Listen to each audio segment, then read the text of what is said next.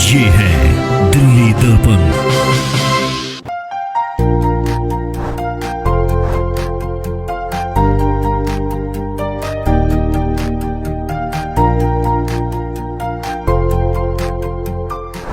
दिल्ली के quarantine centres में अब मरीजों को पढ़ने के लिए किताबें भी मिल सकेंगी। 14 दिनों के क्वारंटाइन सेंटर्स में कोई भी मरीज कोरोना से लड़ाई के वक्त बोर ना हो, इसके लिए नेशनल बुक ट्रस्ट के सहयोग से 1000 के करीब पुस्तक क्वारंटाइन सेंटर्स पहुंचाई जाएंगी, जिसमें सबसे पहले छतरपुर क्वारंटाइन सेंटर पर ये बुक्स उपलब्ध होंगी। मनोरंजन का सबसे बेहतरीन माध्यम माने जाने वाली पुस्तकें अगर कोई मरीज साथ में ले जाना चाहे तो वो भी ले जा सकता है। दिल्ली से विधायक दिलीप पांडे का किताबों के साथ गहरा संबंध रहा है। शायद इसीलिए दिलीप पांडे के ऑफिस से ही इन बुक्स की डिलीवरी की शुरुआत होगी। नमस्कार, दिल्ली दर्पण टीवी देख रहे हैं आप। मैं हूं आपके साथ पुनीत गुप्ता। इस वक्त हम मौजूद हैं विधानसभा में, जहां पर जो विधायक दिलीप पांडे हमारे साथ मौजूद हैं। क्वारंटाइन सेंटर्स में लोगों का समय ताकि बर्बाद ना हो, टाइम वेस्ट ना करें और बुक्स में अपना मनोरंजन कर सकें, इसके लिए बुक्स यहाँ पे शुरुआत की जा रही है ताकि क्वारंटाइन सेंटर्स में बुक्स पहुँचाई जा सके। जानकारी के लिए दिलीप पांडे जी हमारे साथ है। सर देखिए, बड़ा रोचक, अनूठा और आवश्यक प्रयोग है ये। हम सब जानते हैं कि कोविड-19 से ग्रसित होने के बाद व्यक्ति जब जाता है क्वारंटाइन सेंटर में, अस्पताल में, 14 दिन उसे वहाँ पे बिताने होते हैं। अगर हम बात करें क्वारंटाइन सेंटर में जो लोग रह रहे हैं उनकी, तो उनके माइल्ड सिम्टम्स हैं, हल्के सिम्टम्स हैं। और ऐसे लोग, हमें लगा कि दिन भर जब वहाँ कुछ करने को नहीं है, सिर्फ फ़ोन है उनके पास, तो समय का सदुपयोग नहीं हो पा रहा है। प्लस उन 14 दिनों में लेके क्या जा रहे हैं, मतलब वो 14 दिनों का जो प्रवास है उनका, उसके साथ वो बुद्धि, विवेक, ज्ञान, अनुभव, अनुभूतियों के नाम पर कुछ लेके नहीं जा रहे हैं। तो एक हमारे साथी हैं पंकज चतुर्वेदी जी, एनबीटी से संपादक हैं। इनका मशवरा हमारे पास आया और मुझे इनका मशवरा बड़ा सही लगा। हमने संवाद स्थापित किया सरकार की व्यवस्था के साथ। तो जो छतरपुर के अंदर राधा स्वामी सत्संग ब्यास में 10,000 लोगों का कोविड सेंटर बन रहा है, पता चला कि वहाँ ऑलरेडी सरकार एक छोटी सी लाइब्रेरी सेटअप कर रही है। वो लाइब्रेरी में जो किताबों की संख्या है वो अपर्याप्त है वहाँ के लोगों के प्रेजेंस के हिसाब से, उनके नंबर्स के हिसाब से। तो वहाँ जो प्रशासन में लोग लगे उनसे बातचीत की गई और उन्हें भी ये आइडिया बड़ा पसंद आया कि अगर किताबें वहाँ पे और मिल जाए थोड़ी, तो बड़ा इंटरेस्टिंग समय गुजरेगा वहाँ जो लोग क्वारंटाइन सेंटर में रह रहे हैं। और इसी बात को ध्यान में रखते हुए आज ये किताबें हम एनबीटी की ओर से एक्सेप्ट कर रहे हैं।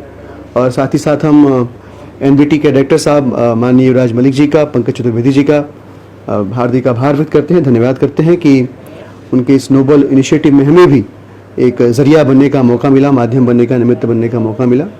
हम उम्मीद करते हैं कि जो भी साथी, जो भी लोग 14 दिन का समय काट रहे हैं क्वारंटाइन सेंटर के अंदर, वो इस किताब से साहित्य लाभ प्राप्त करेंगे। अभी सर शुरुआत कहाँ से शुरू होगी इसको? तो हम अभी इसको वही छतरपुर वाला जो सेंटर है वहाँ से शुरू करेंगे। और हमारे पास I think more than 1000 numbers हैं, 1000 से भी ज़्यादा किताबें आज हम ले रहे हैं और इन्हें हम वहाँ अपने माध्यम से पहुँचाएंगे, उस लाइब्रेरी में रखवाएंगे। और उम्मीद करते हैं कि जो लोग वहाँ पे रह रहे हैं उन्हें भी इन किताबों के वहाँ होने से अच्छा लगेगा। कोई शुल्क रखा जाएगा? ना, बिल्कुल कोई शुल्क नहीं। इनफैक्ट हम तो ये भी कह रहे हैं कि जो लोग इस किताबों को पढ़ रहे हैं, अगर वो इसे साथ लेकर जाना चाहें तो हमारी तरफ से उपहार स्वरूप साथ भी लेकर जा सकते हैं निकलने के बाद। ठीक है। तो ये 14 दिन के क्वारंटाइन सेंटर में एक उपहार की तरह है कि यादें सजो सकते हैं, आप उसको पढ़ भी सकते हैं और बाद में घर भी ले जा सकते हैं। हमारे साथ भाई साहब भी मौजूद है। पंकज जी, कहाँ से आइडिया है सर, कैसा लगा?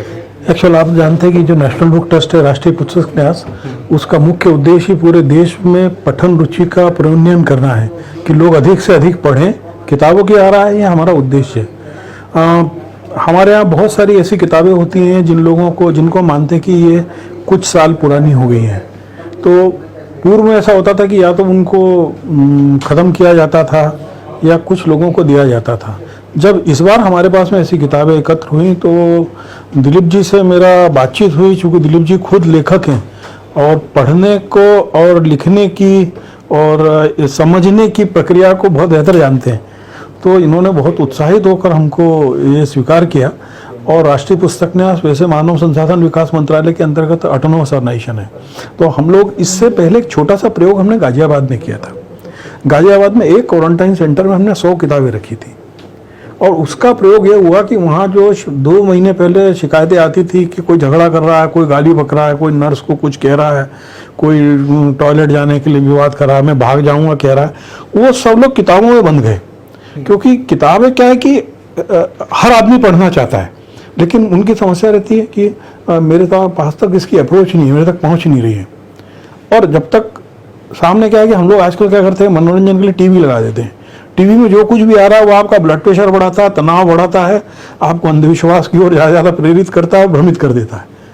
ठीक है, इस पोजीशन में जब उनके बीच में किताबें गई तो उनको लगा कुछ सकारात्मक है, मनोरंजन भी है, ज्ञान भी है। अब जैसे आप ये किताबें देखेंगे कि ये हिंदू पंच का बलिदान अंक 100 साल पुरानी किताब है, जिसके अंदर उस समय तक आज़ादी की लड़ाइयों में यानी उसके अंदर जो पौराणिक कथाएं वहां से लेके और 1928 तक जो हुए उन सबका चर्चा है। इसको वो पाबंदी कर दी थी, इसको हमने रिप्रोड्यूस किया।